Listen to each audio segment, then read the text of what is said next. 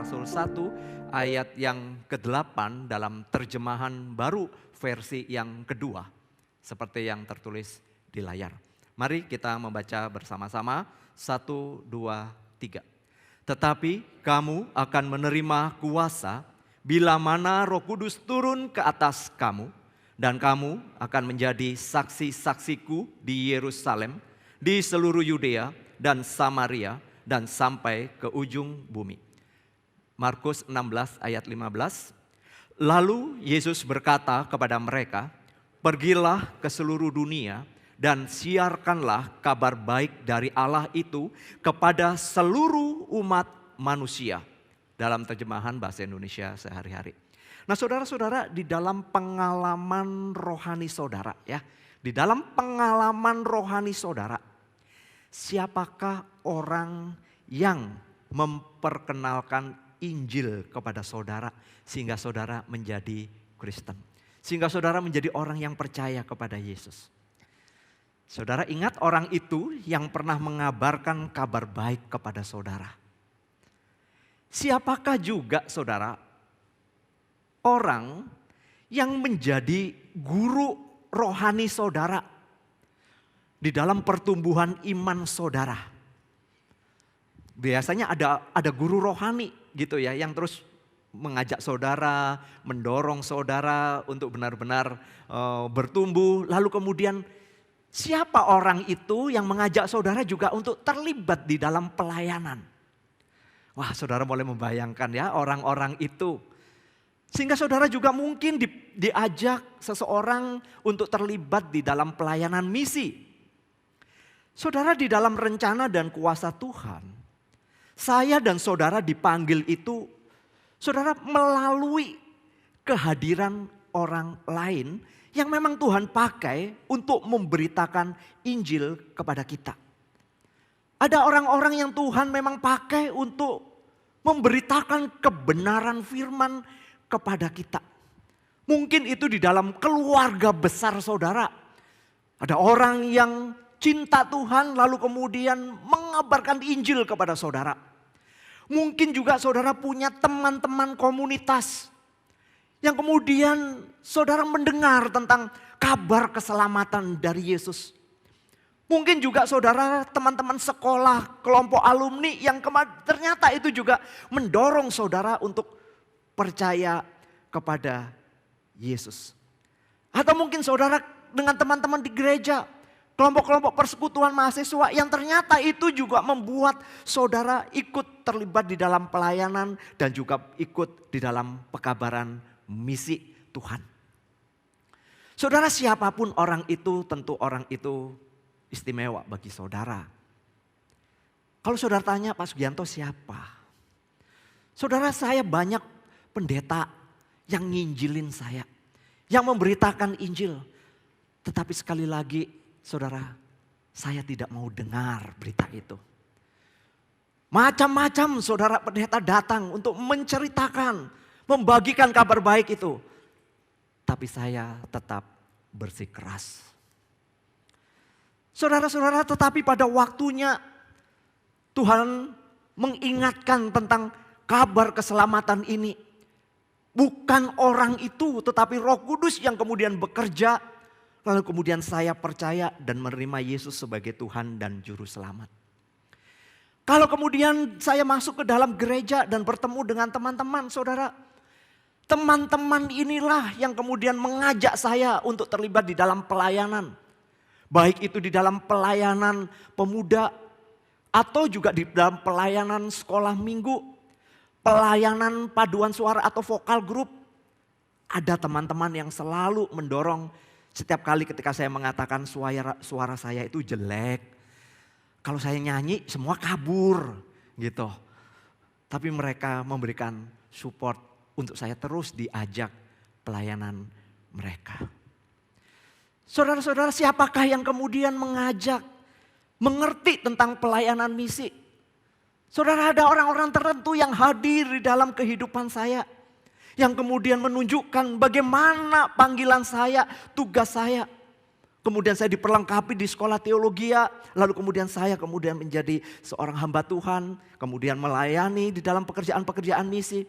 Semua ada orang-orang yang hadir, yang mensupport, mengajak. Pertanyaannya adalah, jika Allah sedemikian rupa memanggil saya dan saudara, memperlengkapi saya dan saudara melalui orang lain yang Tuhan pakai titipkan, apakah kita juga menumbuhkan dan memperlengkapi orang lain? Saudara sudah diperlengkapi oleh orang lain. Diperkenalkan Yesus kepada saudara. Apakah saudara juga menumbuhkan dan memperlengkapi iman orang lain?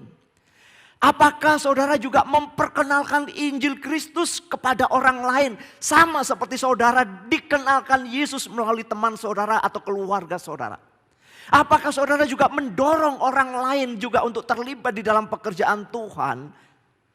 Terlibat di dalam misi Tuhan. Istilahnya kita mengajak orang lain memberdayakan, bukan memperdaya orang. Beda ya saudara ya. Memperdaya itu kita diperalat gitu. Tapi saudara kita melihat ya, ada satu pola pemuritan yang dikerjakan oleh Yesus kepada murid-muridnya. Satu pola yang baik sekali yang terjadi di dalam kehidupan Yesus bersama dengan para muridnya. Dan kemudian kita melihat bagaimana pola pemuritan ini juga terjadi di dalam gereja mula-mula. Kita membaca di dalam Kisah 1 ayat 8 tadi bahwa Tuhan berjanji akan memberikan kuasa kepada mereka setelah Yesus bangkit. Kemudian Yesus meminta mereka untuk berkumpul di Yerusalem dan tunggu waktunya, dan Tuhan akan memberikan Roh Kudus kepada mereka. Kisah 1 ayat 8. Dan kita membaca di dalam Kisah 2 ayat yang pertama, penggenapan dari Kisah 1 ayat 8 terjadi. Ketika peristiwa Pentakosta terjadi, hati para murid dan orang percaya pada waktu itu berkobar-kobar untuk menjadi saksi Kristus. Artinya saudara, mereka kemudian tersebar ke seluruh pelosok wilayah Yerusalem, Yudea, Samaria, bahkan kemudian ke ujung bumi. Di dalam bagian ini kalau kita melihat di dalam Kisah Para Rasul khususnya, yang ada di lingkaran yang hijau sampai ke Roma. Wilayah yang dilingkari itu adalah bagaimana penyebaran Injil Kristus terjadi kepada gereja mula-mula di dalam lingkup yang paling kecil, yaitu Yerusalem yang paling kecil itu saudara. Mereka kemudian ke Yudea, Samaria, dan dikatakan saudara sampai ke ujung bumi. Ujung bumi kita itu mana sih? Ujung bumi kita itu adalah ya orang di depan kita. Karena orang lain itu adalah ujung bumi bagi kita saudara. Kalau kita memperhatikan bagaimana mereka yang tersebar ini terjadi karena mereka dimuridkan dengan baik. Mereka kemudian semakin memuridkan orang lain, semakin banyak orang percaya kepada Yesus. Dan di sini kita mengambil satu poin pentingnya bahwa setiap murid Tuhan adalah saksinya. Setiap murid Kristus adalah saksi bagi Kristus. Saudara, kita bisa memperhatikan Kisah Para Rasul adalah kisah bagaimana kasih karunia Allah yang melimpah itu ada dan diberikan kepada seluruh dunia yang sudah jatuh dalam dosa. Peristiwa salib dan kebangkitan Yesus di Yerusalem tersebar hingga ke ujung bumi. Tidak ada hal yang lain yang lebih menonjol di dalam Kisah Para Rasul ini adalah selain para murid menjadi saksinya Kristus. Kuasa Roh Kudus yang dijanjikan itu tergenapi, di mana berita kematian, kebangkitan, kenaikan Tuhan menyebar begitu cepatnya. Pertanyaannya, apa artinya menjadi saksi Kristus? Mengapa menjadi saksi Kristus itu begitu penting bagi iman Kristen? Saudara, kalau di dalam persidangan itu ada yang namanya saksi. Saksi dihadirkan untuk menegaskan sebuah perkara sebelum diputuskan. Menjadi saksi artinya seseorang yang memiliki informasi, orang itu melihat, orang itu juga mengalami, dan kemudian menyampaikan apa yang dilihat, yang dia ketahui dengan benar. Itu namanya saksi. Saudara-saudara, menjadi saksi Kristus artinya bahwa orang itu adalah orang yang menceritakan perbuatan besar dari Kristus yang telah menebus dan menyelamatkan kita. Maka tugas utama seorang murid Tuhan adalah memberikan kesaksian tentang perbuatan-perbuatan besar dari Tuhan. Begitu luar biasanya Tuhan mengubahkan kita, itulah sebenarnya yang bisa kita saksikan kepada orang lain. Para murid adalah saksi yang dimandatkan untuk memberikan kesaksian akan Kristus yang sudah bangkit itu, Kristus yang sudah naik itu, berita keselamatan itu sedemikian diberitakan sehingga semakin banyak orang diselamatkan. Sebab apa? Injil keselamatan adalah untuk semua orang. Untuk semua suku, untuk semua bangsa, untuk semua kaum dan bahasa. Dan disinilah saudara mengapa itu begitu penting di dalam iman kita. Sebab pada waktu kita menjadi saksinya, bukan saja itu menumbuhkan iman kita, tetapi semakin meneguhkan panggilan kita bahwa kita mengerjakan apa yang Tuhan sedang percayakan kepada kita. Mari saya lihat melihat contoh yang sangat konkret di dalam Alkitab. Yang sangat konkret di dalam Alkitab ya. Contoh, kalau saudara melihat di dalam Injil, Yesus hadir, lalu kemudian memilih 12 murid bukan? Ketika dia mengajak satu murid, murid yang lain mengajak orang lain, mengajak murid yang lain. Sehingga terkumpullah 12 orang murid saudara. Ada 12 orang murid, ini yang pertama. Yesus kemudian mengajak mereka di dalam pelayanan, memberikan penegasan-penegasan tentang Injil Kerajaan Allah. Lalu kemudian kita melihat saudara dalam satu lompatan, kalau saudara membaca di dalam Lukas 10 ayat yang pertama, di sana Yesus berkata mengutus 70 orang murid. Bayangkan dari 12 kemudian terjadi 70 orang murid, artinya saudara 12 memang dipilih yang secara istimewa bersama Yesus, tapi 12 ini juga memberikan dampak kepada orang lain sehingga ada 70 orang murid di dalam Lukas dan Tuhan mengatakan, aku mengutus kamu berdua-berdua untuk memberitakan Injil Kerajaan Allah, melenyapkan penyakit, mengusir setan dan lain sebagainya di dalam Lukas itu. Saudara lihat, kemudian ketika Yesus mati, seakan-akan kemudian para murid kabur dan tidak ada berita apa-apa. Tetapi kemudian terjadi kehebohan ketika Yesus bangkit. Dan ketika Yesus sudah menampakkan diri kepada mereka, Yesus mengatakan tunggu di Yerusalem, aku akan memberikan kuasa.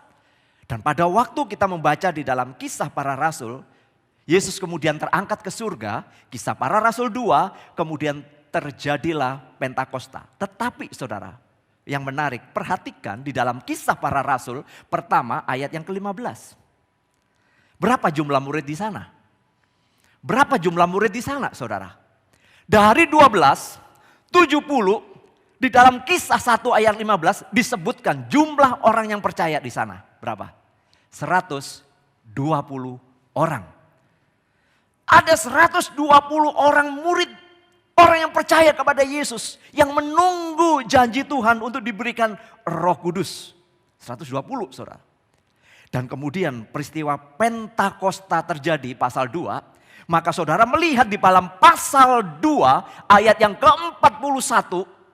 Jumlahnya menjadi 3.000 orang. Saudara akan berpikir, wow, kok gampang sekali. Kok gampang sekali. Begitu cepatnya apa yang terjadi. Apa yang terjadi sedemikian cepatnya. Lihat saudara. Lihat, 12 orang dimuridkan oleh Yesus sehingga menghasilkan 70 dan 70 ini saudara adalah orang-orang yang kemudian selalu terhubung dengan Yesus dan juga terhubung dengan 12 murid yang lainnya. Ketika Yesus bangkit, saudara ada 120 orang dan mereka selalu terhubung dan mereka kemudian bukan jalan ke sana kemari, tidak, tetapi Kisah Para Rasul menunjukkan kepada mereka, mereka menunggu Pentakosta itu, menunggu Roh Kudus itu dengan berdoa. Mereka berkumpul bersama-sama, mereka belajar bersama-sama, mereka mengingat kembali apa yang Yesus ajarkan. Pola pemuridan terjadi di dalam 120 orang, saudara. Bahkan kemudian 3.000 orang pasca daripada Pentakosta, ngumpulin 3.000 orang itu gak gampang saudara. Tetapi Alkitab dengan tegas menunjukkan kepada kita bukan? Kisah 2 ayat 41. Dengan tegas mengatakan mereka orang-orang yang percaya dan diselamatkan itu. Setiap hari mereka ngapain? Berkumpul bersama. Untuk ngapain? Mereka bersekutu, mereka merenungkan firman Tuhan, mendengarkan pengajaran rasul-rasul, memecahkan roti dan berdoa. Saudara, 3.000 orang di dalam pembagian kelompok gak tahu bagaimana caranya pada waktu itu. Tapi saudara, saya melihat bagaimana kuasa Tuhan bekerja pada waktu itu luar biasa. Orang-orang ini terbakar, memiliki semangat berkobar-kobar. Yesus sudah bangkit, Yesus sudah naik, dia adalah Mesias yang dijanjikan. Dia adalah juru selamat. Itu menyebar sedemikian rupa. 3.000 orang saudara. Saudara pikir, ya pada waktu itu kan gampang semua keadaannya. Oh tunggu dulu. Tidak segampang itu Ferguson. Gitu ya. Saudara, ketika terjadi ledakan 3.000, Mahkamah Agama mulai bertindak. Mereka mulai memanggil rasul-rasul, melarang untuk memberitakan Yesus. Mereka mulai dihambat. Mereka mulai saudara diperhatikan kemana mereka pergi. Intinya Injil dilarang diberitakan. Tapi saudara-saudara, justru kita melihat mereka itu bertumbuh di dalam tantangan. Lebih aneh lagi. Maka saudara memperhatikan di sana, setiap hari Tuhan menambahkan jumlah mereka dengan orang yang diselamatkan. Bagaimana mungkin ketika dilarang mereka semakin menjadi. Sekali lagi, bukan karena hebatnya mereka, tapi karena kuasa Tuhan membakar di dalam hati mereka. Dan mereka tahu kenapa mereka dipanggil dan dipilih oleh Tuhan. Yaitu untuk menjadi saksi Tuhan. Dan saudara memperhatikan di sana. Saudara memperhatikan di sana di dalam pasal 4. Pasal 4 ayat 4. Yang terjadi adalah di sana. Dan jumlah mereka Tuhan menambahkan yang percaya diselamatkan menjadi 5.000 orang laki-laki. 5.000 orang laki-laki saudara. Belum istrinya, belum anaknya. Saudara, terjadi sebuah ledakan yang luar biasa. Apa rahasianya? Apa yang membuat mereka seperti ini? Saudara, di tengah tantangan seperti ini terjadi, kenapa mereka masih semangat? Di tengah halangan seperti ini, kenapa mereka masih berani memberitakan? Para murid hanya menjadi saksi. Para murid hanya menceritakan, mengatakan bahwa Yesus ada juru selamat. Tidak mempengaruhi orang-orang itu. Tetapi jauh lebih penting adalah mereka harus mengisi bahan bakar rohani mereka bahwa Yesus ada di dalam hati mereka untuk mereka memberitakan Injil. Saudara, ayat yang selalu saya senangi adalah mereka disukai semua orang. Dan tiap-tiap hari jumlah mereka ditambah oleh Tuhan dengan orang-orang yang diselamatkan. Saudara, saya selalu kagum dengan kata-kata ini. Mereka disukai semua orang. Saya merenungkan apakah kehadiran saya sebagai seorang Kristen disukai semua orang enggak ya? Kehadiran saudara sebagai anak Tuhan di kantor, di perusahaan, saudara di marketplace, saudara disukai orang enggak? Saudara, kadang-kadang kita juga agak sedih melihat bahwa yang menjadi batu sandungan di marketplace kita, di dalam dunia kita, ya orang-orang Kristen sendiri. Yang menjadi penghalang, yang suka malah berbuat dosa, yang malah gak bertanggung jawab, malah yang gak disiplin, ya kebanyakan orang-orang Kristen sendiri. Saudara-saudara, ini menjadi sebuah pergumulan bukan? Tidak mudah loh saudara menjadi saksi itu, benar tidak mudah. Tapi di sini kita melihat bagaimana Alkitab menegaskan kepada kita semua orang itu suka. Suka kepada siapa? Kepada mereka karena mereka mengalami sebuah pembaharuan. Saudara, berita Injil itu bukan sebuah gerakan pinggiran, tetapi gerakan Injil itu adalah puncak rencana penebusan Allah. Apa yang ada terlihat di dalam PL itu hanya bayang-bayang, tetapi di dalam perjanjian baru semua tergenapi di dalam Yesus Kristus. Ketika kita membaca kisah para rasul, saudara, bagaimana Kristus yang mendirikan gerejanya, dalam arti gereja bukan gedung, tetapi bagaimana orang-orang percaya yang menerima keselamatan, anugerah keselamatan dalam Kristus adalah orang-orang yang secara pribadi saya mengatakan dan menuliskan seperti ini, diundang untuk masuk ke dalam kemuliaan Tuhan. Panggilan saya, panggilan saudara, itu adalah undangan untuk masuk dan ikut terlibat, berpartisipasi di dalam cerita atau kisah yang jauh lebih besar daripada cerita kita. Jadi di sini saudara, bukan kita yang hebat, bukan karena kita disembuhkan, bukan karena kita diberkati usaha kita, diloloskan dari pergumulan, lalu kemudian kita mengatakan kita hebat. Tidak, bukan ceritanya tentang kita, tapi ceritanya adalah tentang Kristus yang telah menolong dan menyembuhkan kita, memulihkan kita. Semua harus bercerita tentang Kristus. Maka tidak ada kata yang lain, saudara.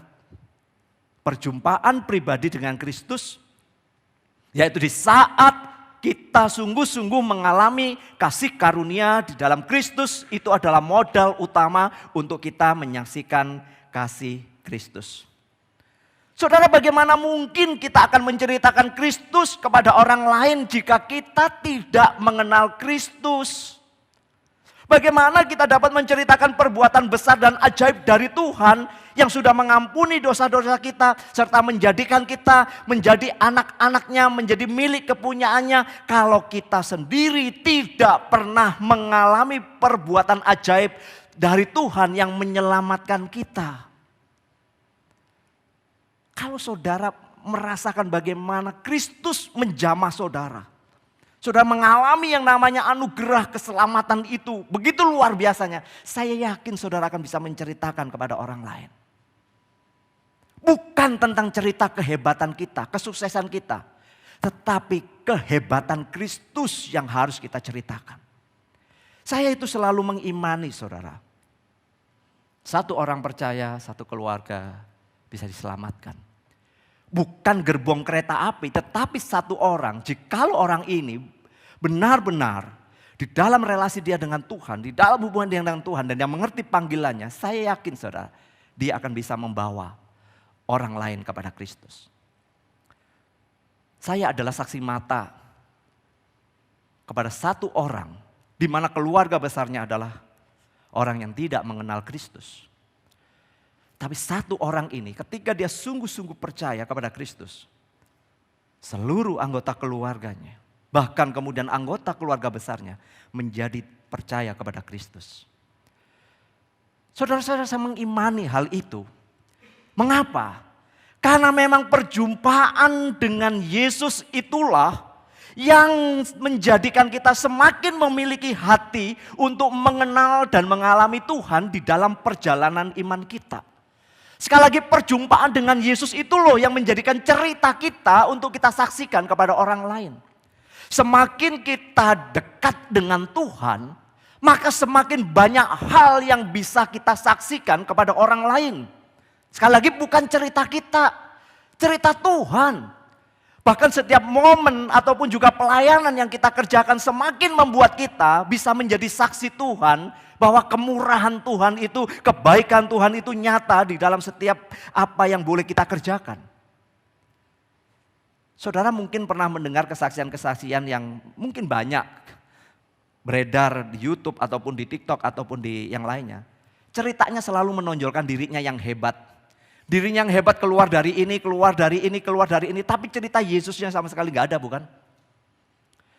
Terlalu banyak orang menghebohkan saudara-saudara cerita-cerita kehebatan, kesuksesan dia, pemulihan dia. Tetapi sama sekali tidak menceritakan bahwa Yesus yang mengerjakan itu. Bukan Yesus yang dimuliakan tetapi dirinya. Justru disinilah menjadi saksi adalah menceritakan apa yang dilihat, dirasakan dengan benar.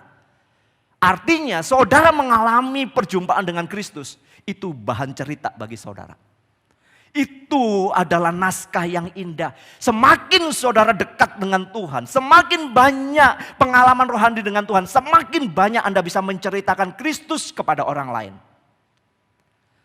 Kalau kita nggak punya pengalaman rohani dengan Tuhan, tentu saja cerita kita adalah cerita yang kering.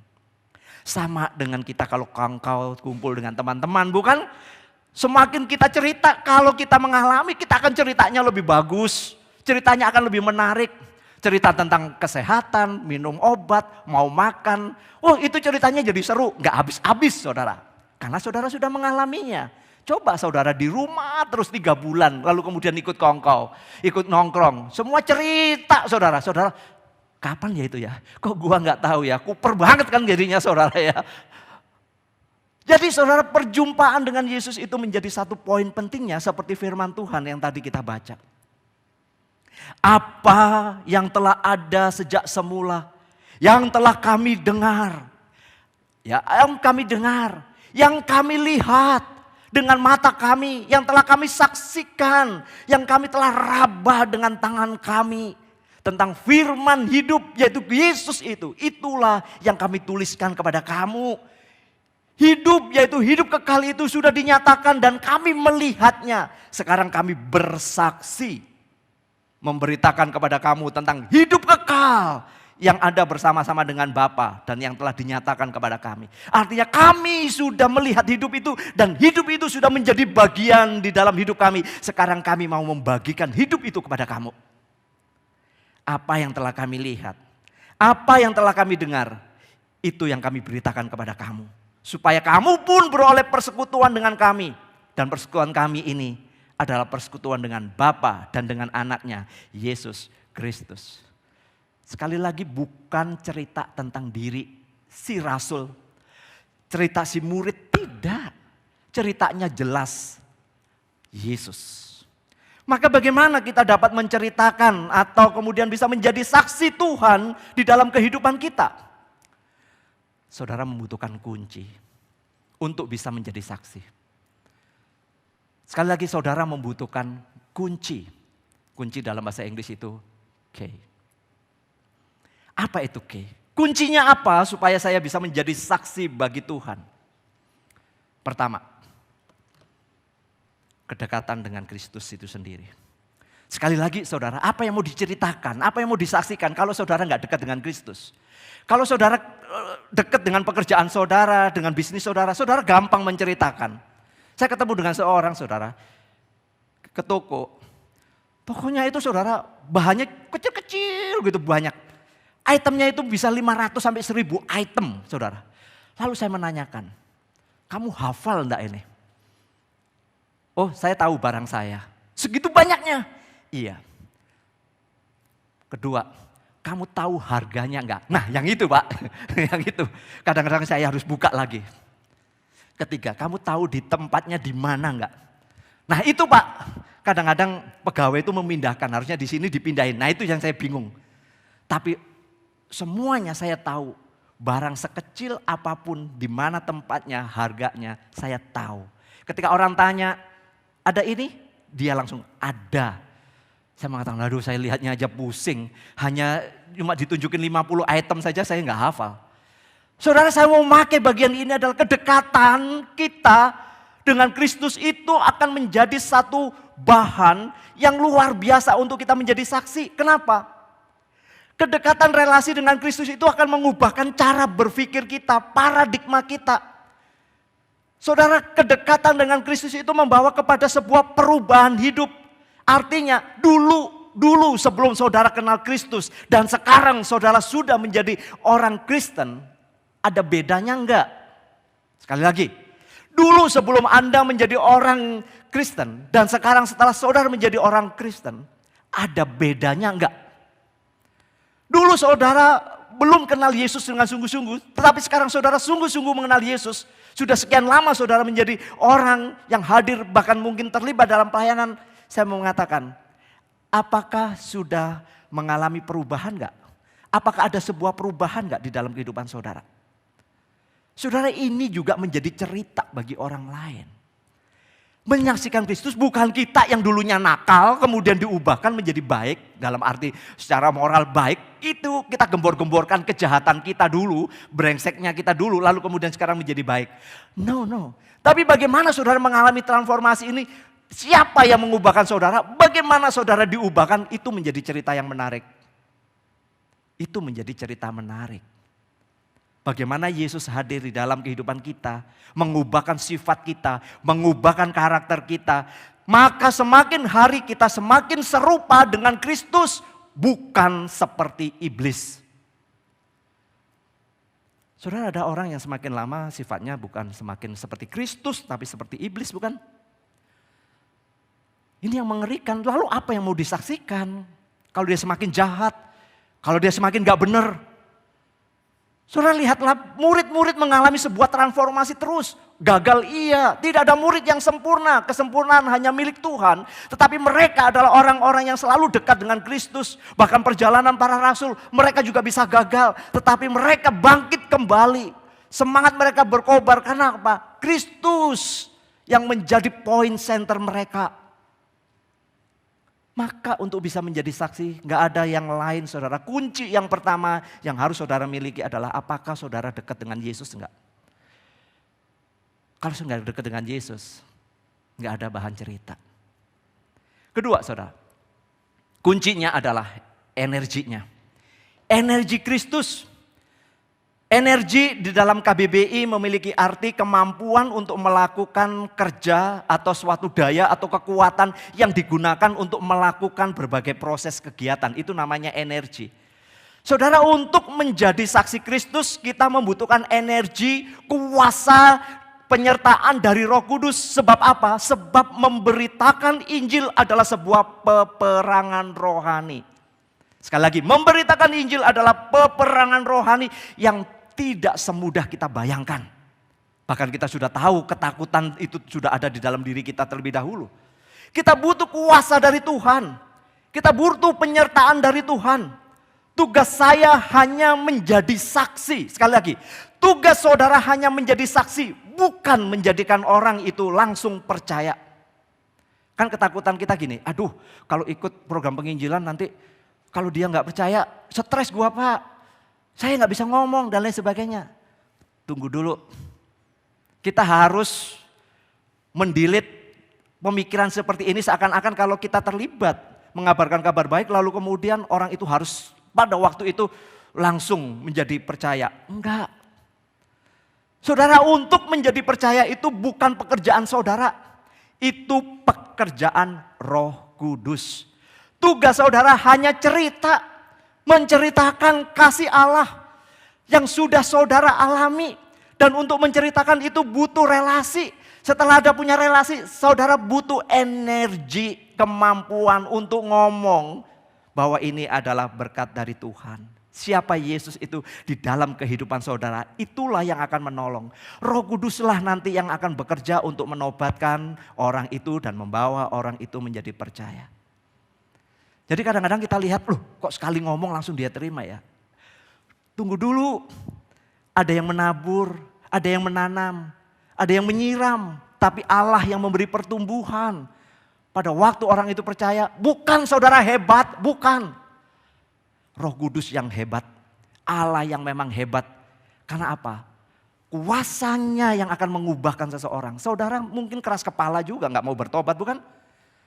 Tapi kalau saudara udah dijamah oleh Roh Kudus, saudara akan bertobat. Selama saudara mengesampingkan peran Roh Kudus, saudara gak akan pernah bertobat.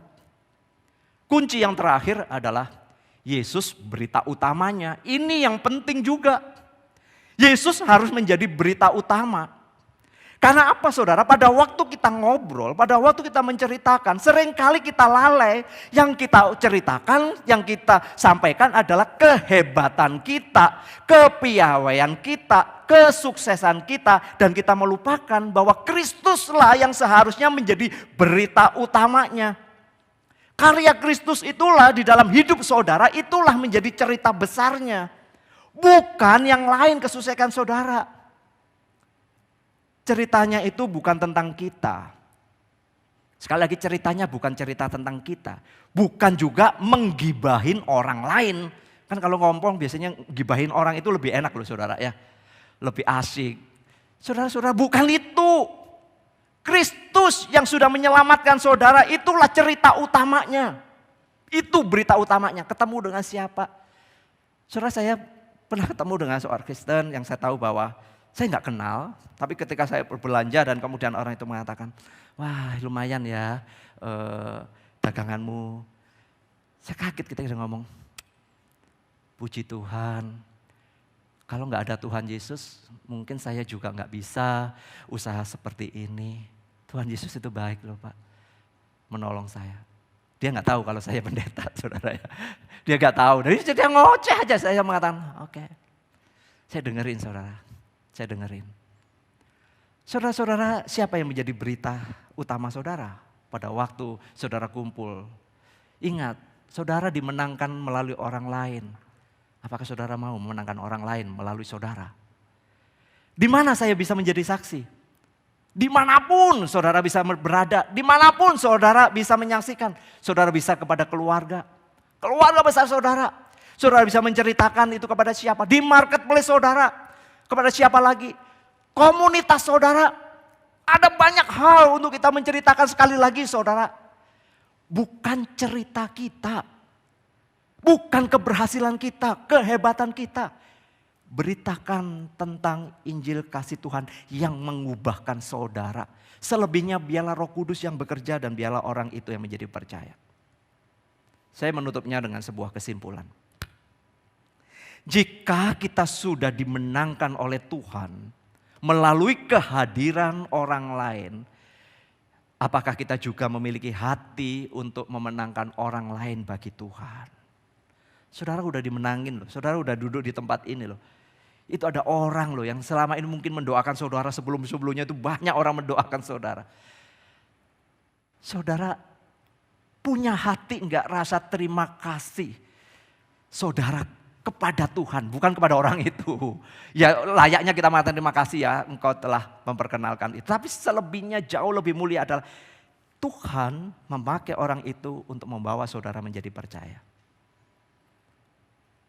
Untuk itu saudara hanya satu, miliki kuncinya. Kuncinya apa? Kedekatan relasi dengan Tuhan. Miliki energinya kuasa Roh Kudus yang bekerja. Lakuin aja, biarlah selebihnya Roh Kudus yang akan bekerja. Ketiga, Yesus berita utamanya. Bukan cerita kita, bukan gibahin orang cerita utamanya, bukan. Yesus menjadi berita utama.